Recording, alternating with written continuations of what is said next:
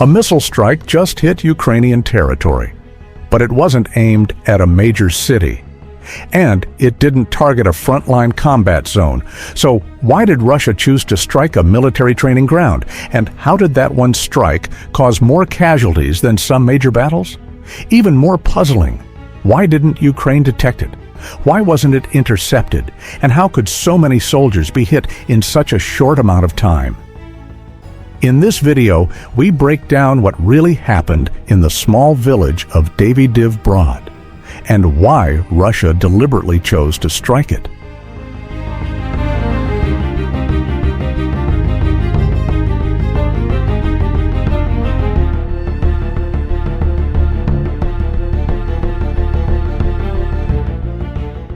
Davydiv Brod is a quiet village near the Kherson-Mykolaiv border. Over the past several months, it's been used as a military training site for Ukrainian forces, especially for new recruits preparing for deployment to active combat zones. On the day of the strike, training was underway. There were no air raid alarms, no signs of incoming fire. Then, a single Iskander-M ballistic missile was launched by Russian forces. Its cluster warhead exploded over an open training field, scattering dozens of deadly sub-munitions across the area. According to Russian sources, around 70 Ukrainian soldiers were killed instantly. At least 10 military vehicles were destroyed, likely including trucks, support vehicles, and transport units. Ukrainian media also confirmed the attack and the deaths, though they didn't release official numbers. So, why wasn't the missile intercepted? The Iskander-M is a short-range ballistic missile with hypersonic speed, reaching up to Mach 6 to Mach 7. From launch to impact, it only takes a few minutes. That leaves barely any time for radar systems to react. Plus, the missile can maneuver during its terminal phase, and it carries decoy flares and electronic countermeasures designed to confuse air defense systems. And here's a critical point. Davydiv Brod wasn't under active air defense protection. Ukraine has concentrated most of its systems, like NASAMS, IRIS-T, or Patriot, around major cities and key infrastructure. That leaves rural training areas like this one largely exposed. This wasn't just a random strike. It was a deliberate move to disrupt Ukraine's military from the inside.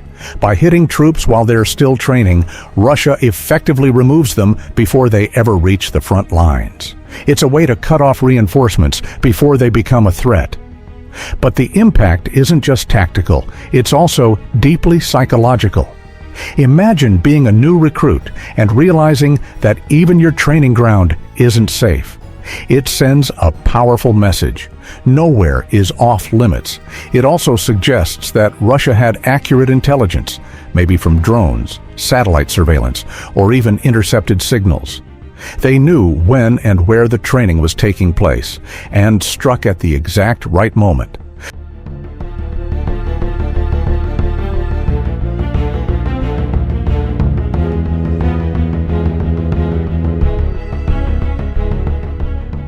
There's also growing evidence that Russia is now deploying a simplified version of the Iskander-M missile.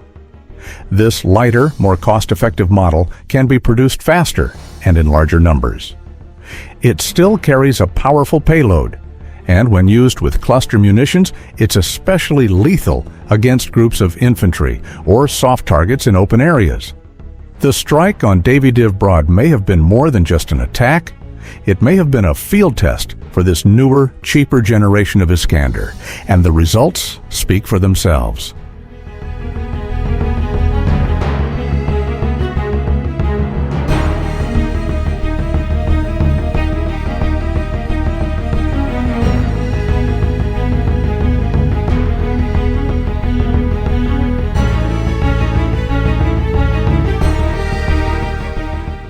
The consequences of this one strike go beyond just the loss of lives.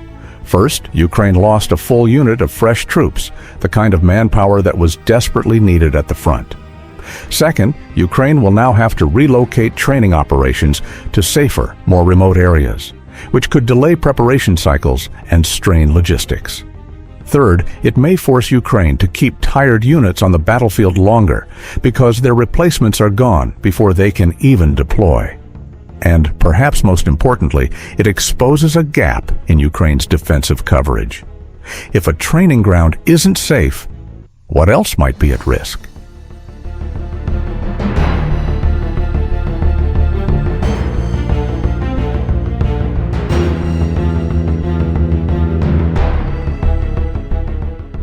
The Iskander-M strike on Davydiv Broad wasn't just a high-casualty event, it was a calculated strike that disrupted training, weakened morale, and exposed the vulnerabilities in Ukraine's defensive posture.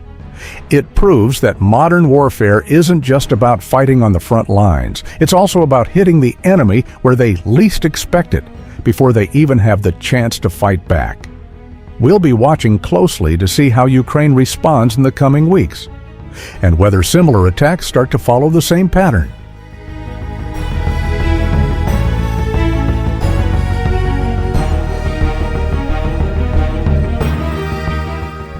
This content is created solely for educational and informational purposes. It is intended to provide insights based on verified data, credible sources, and careful analysis. Our goal is to foster a deeper understanding of modern military technology and current events, not to promote or endorse any form of conflict, propaganda, or political agenda. We strictly oppose the spread of misinformation and hoaxes. Every piece of information presented has been carefully sourced from reliable, publicly available references.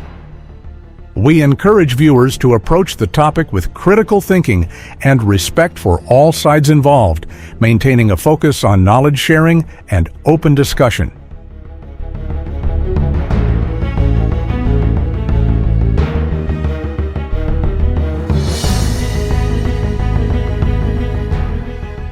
Thanks for watching. If you found this video insightful, don't forget to like, subscribe, and hit the notification bell for more updates on military tech, global conflict, and defense strategies. This is Tapur Update, and we'll see you in the next one. Stay sharp.